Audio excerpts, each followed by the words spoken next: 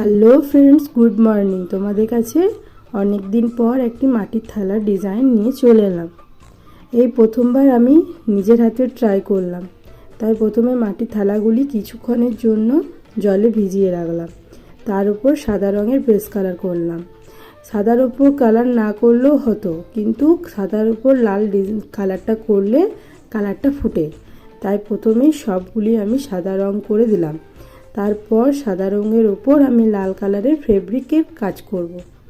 এখানে আমি ফেব্রিক রং ব্যবহার করছি। আমার সাদার ওপর লাল রং করা সবগুলি কমপ্লিট। এরপর আমি সাদা রং দিয়ে আবার ডিজাইন তুলব।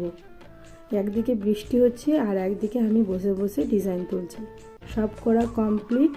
কেমন লাগলো জানিও।